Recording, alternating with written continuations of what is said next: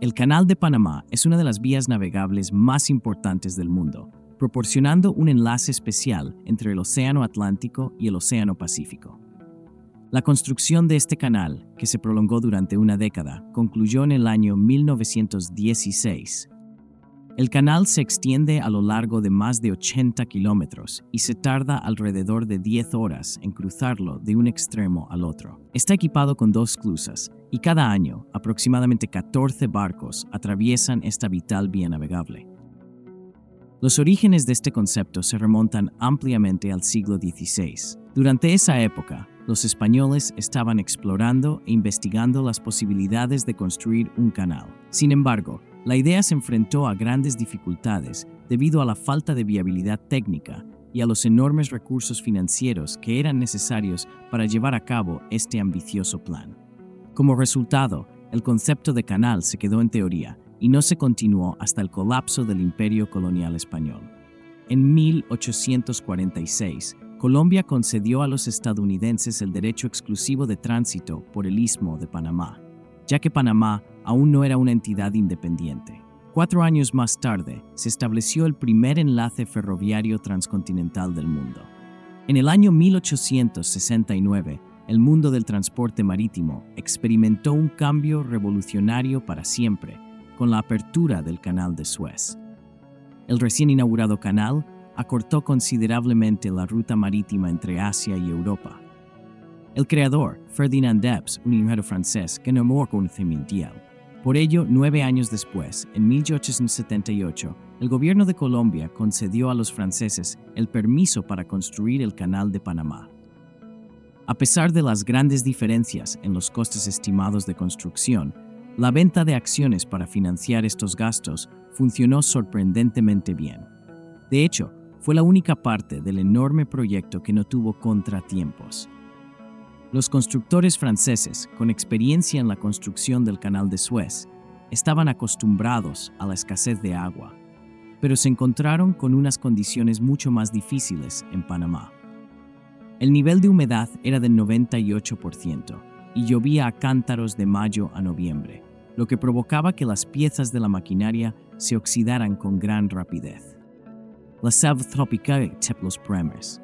La malaria y la fiebre eran problemas importantes. Síntomas como escalofríos, fiebre y sed intensa eran solo el principio, y los trabajadores empezaron a morir en grandes cantidades.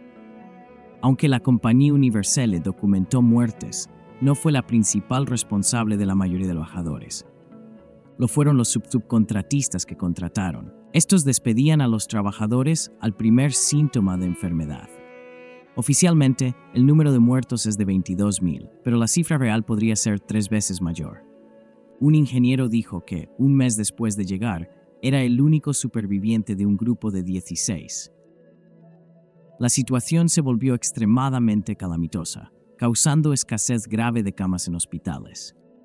Era angustioso y común ver ataúdes en habitaciones de hospitales, incluso para pacientes aún vivos. Su estado era tan crítico que solo les quedaban horas. Esto se hacía para liberar camas rápidamente. Los retrasos por enfermedades generalizadas elevaron mucho los costes, llevando a la quiebra a la constructora francesa, junto con muchos accionistas. El intento francés de construir el canal causó la muerte de más de 20,000 trabajadores y malgastó $287 millones. Francia, impulsada por el lucro, fracasó y no pensaba reiniciar el proyecto. No obstante, para Estados Unidos, el canal mantenía su importancia estratégica. El presidente Theodore Roosevelt, a través de una ley, autorizó la compra de las acciones francesas por $40 millones, permitiendo a los estadounidenses adquirir todos los derechos y el equipo usado hasta entonces. Los estadounidenses también firmaron un tratado con Colombia para arrendar el Canal de Panamá y una zona de 6 millas alrededor durante 100 años.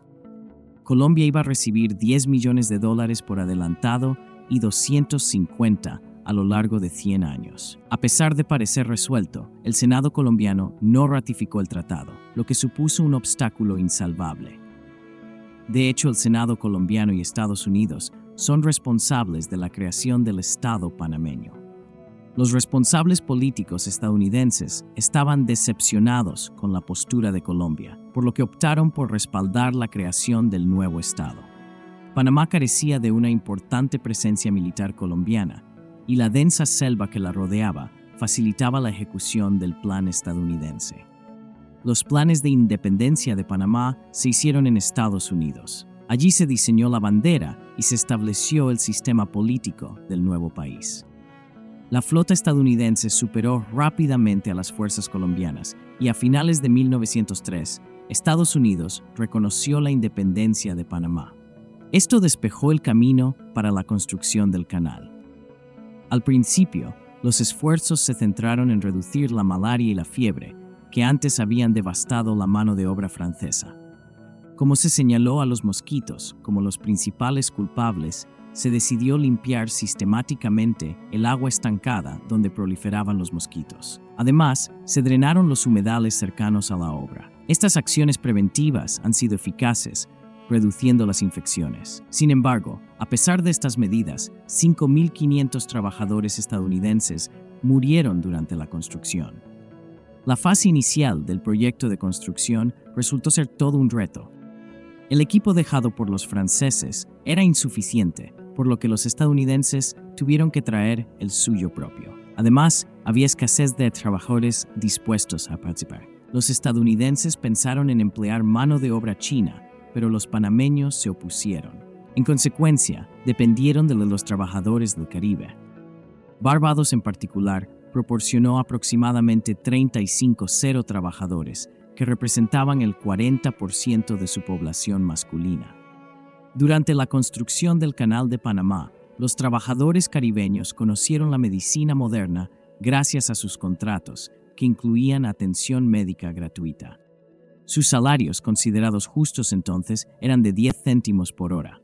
Aunque ahora parezca poco, hace un siglo, para trabajadores no cualificados, 10 céntimos la hora era un salario decente. A medida que avanzaba el trabajo, se sumaba más gente. En 1970, había 32 personas en el proyecto del canal. 3 años más tarde, la cifra había aumentado a 40.000. Al finalizar el proyecto, se contaba con un total de 50.000 trabajadores empleados. El Canal de Panamá se terminó en 1914. El SS Cristóbal fue el primero en cruzar de manera extraoficial, y 2 semanas después, el SS Ancón el paso oficial.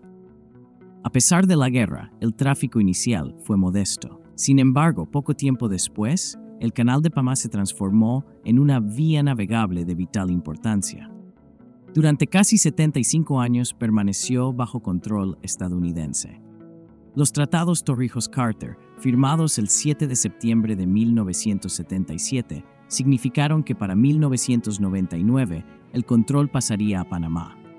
Desde entonces, las tasas de tránsito se han convertido en una parte importante del PIB de Panamá, a veces hasta el 45%. Sin embargo, con el paso del tiempo, se observó que el canal tenía dificultades para hacer frente a los nuevos buques, más grandes, que debían evitar el Canal de Panamá. Para hacer frente a esta situación, el presidente panameño Martín Torrijos propuso ampliar el canal. Además, en referéndum, los panameños apoyaron tanto la ampliación como la profundización del canal. En 2016, el canal, tras ser ensanchado, permitió que el gas licuado estadounidense, el carbón colombiano y el mineral de hierro brasileño llegaran a los mercados asiáticos. Esta ampliación, que costó $5,250,000, se completó con 2 años de retraso. La inversión se consideró un éxito, ya que se calcula que generará $2.000 millones adicionales cada año. Los precios de las travesías por el canal varían mucho según la economía o la época del año. Un carguero cuesta $50,000, un yate $200,000